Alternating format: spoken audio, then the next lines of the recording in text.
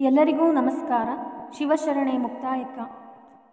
ಮುಕ್ತಾಯಕ್ಕ ಅನುಭಾವಿ ಶಿವಶರಣೆ. ಮುಕ್ತಾಯಕ್ಕನ ಹಿನ್ನೆಲೆ. ಮುಕ್ತಾಯಕ್ಕ ಲಕ್ಕೊಂಡಿ ಗ್ರಾಮದವಳು. ಲಕ್ಕೊಂಡಿ ಗ್ರಾಮ ಗದಗ ಜಿಲ್ಲೆಯಲ್ಲಿದೆ. ಮುಕ್ತಾಯಕ್ಕ ಅಜ್ಜಣ್ಣನ ಸೋದರಿ. ಇವರಿಬ್ಬರದ್ದು ಅನನ್ಯ ಭ್ರಾತೃಪ್ರೇಮ. ಈಕೆಯ ಆಧ್ಯಾತ್ಮದ ಗುರು ತಂದೆ, ಎಲ್ಲವೂ ಅಣ್ಣನೇ ಆಗಿದ್ದನು. ಮುಕ್ತಾಯಕ್ಕನಿಗೆ 10 ವರ್ಷದಲ್ಲಿ ಮಸಳಿಕಲ್ಲು ಎಂಬ ಗ್ರಾಮಕ್ಕೆ ಮದುವೆ ಮಾಡಿ ಕೊಡುವರು. 12ನೇ ಶತಮಾನದ ಶಿವಶರಣೆಯರ ಸಮುದಾಯದ ಆಧ್ಯಾತ್ಮಿಕ ಸಿದ್ಧಾಂತದ ವಿಷಯದಲ್ಲಿ ವಿಶಾಲ ಮನೋಭಾವ, ದಿಟ್ಟ ವ್ಯಕ್ತಿತ್ವ, ಸ್ವತಂತ್ರ ಪ್ರವೃತ್ತಿಯ ಹೆಣ್ಣೆಂದು ಮುಕ್ತಾಯಕ್ಕನನ್ನು ಗುರುತಿಸುತ್ತೇವೆ. ಈಕೆಯ ಪ್ರಕಾರ ವೈಚಾರಿಕತೆಯ ತಾತ್ವಿಕ ಪರಿಜ್ಞಾನದ ಸೈದ್ಧಾಂತಿಕ ವಿಶ್ಲೇಷಣೆಯ ಉನ್ನತ ತತ್ವಜ್ಞಾನಿ. ಕಾಯದ ಸೀಮೆಯ ಭಾವದ ಭ್ರಾಂತಿಯ ಜೀವ ಮಾಯೆಯನ್ನು ಕಳೆದುಕೊಂಡರೂ ದ್ವೈತಾದ್ವೈತದ ಸಕಾರ ನಿಕಾರದ ನಾನು ನೀನು ಎಂಬ ವಿಭಿನ್ನ ತಿಳುವಳಿಕೆಯ ತಿಮಿರದಂಚಿನಲ್ಲಿ ಸಿಲುಕಿ ತೊಳಲಾಡುವ ಸಾಧಕಿಯಾಗಿ ಮುಕ್ತಾಯಕ್ಕ ನಮಗೆ ಕಾಣಿಸುತ್ತಾಳೆ.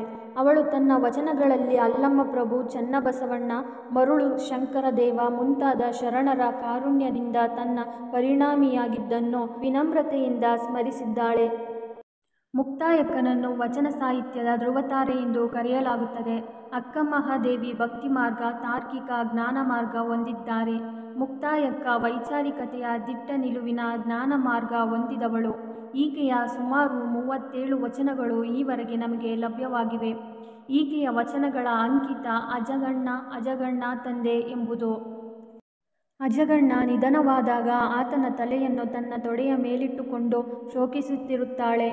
ಇದನ್ನು ಕಂಡ ಅಲ್ಲಮಪ್ರಭು ಆಕೆಯನ್ನು ಸಮಾಧಾನಪಡಿಸಲೆತ್ನಿಸುತ್ತಾನೆ. ಇದೇ ಸಂದರ್ಭದಲ್ಲಿ ಆಕೆಗೆ ಕೆಲವು ಹಿತನುಡಿಗಳನ್ನು ಹೇಳಲು ಹೋದಾಗ ಆಕೆ ಆತನ ಕೆಲವು ವಿಚಾರಗಳನ್ನು ಒಪ್ಪಿಕೊಳ್ಳದೆ ತನ್ನ ಅಣ್ಣ ಅಜಗಣ್ಣ ಹೇಳಿದ ನುಡಿಗಳನ್ನೇ ಹೇಳುತ್ತಾಳೆ. ದೇವದುರ್ಗ ತಾಲೂಕಿನ ಗೋಕುಲ್ ಗ್ರಾಮದಲ್ಲಿ ಪ್ರಭುದೇವರ ಗದ್ದುಗೆ ಇದೆ. ಅದನ್ನು ಮುಕ್ತಾಯಕ್ಕನೇ ಕಟ್ಟಿಸಿದಳೆಂಬ ಪ್ರತೀತಿ ಇದೆ. ಮುಕ್ತಾಯಕ್ಕ ವಾಸಿಸುತ್ತಿದ್ದ ಸ್ಥಳದಲ್ಲಿ ಈಗ ಸಮಾಧಿ ಕಟ್ಟಲಾಗಿದೆ.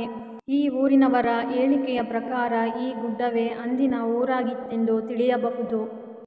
ಜನಪದದ ಸಾಹಿತ್ಯದಲ್ಲಿ ಮುಕ್ತಾಯಕ್ಕ ಕಾಣಿಸಿಕೊಂಡಿದ್ದಾಳೆ. ಜನಪದರಿಗೆ ಅಕ್ಕಮಹಾದೇವಿ ಅಕ್ಕನಾಗಿ, ಮುಕ್ತಾಯಕ್ಕ ತಂಗಿಯಾಗಿ ಕಾಣಿಸಿಕೊಂಡಿದ್ದಾರೆ.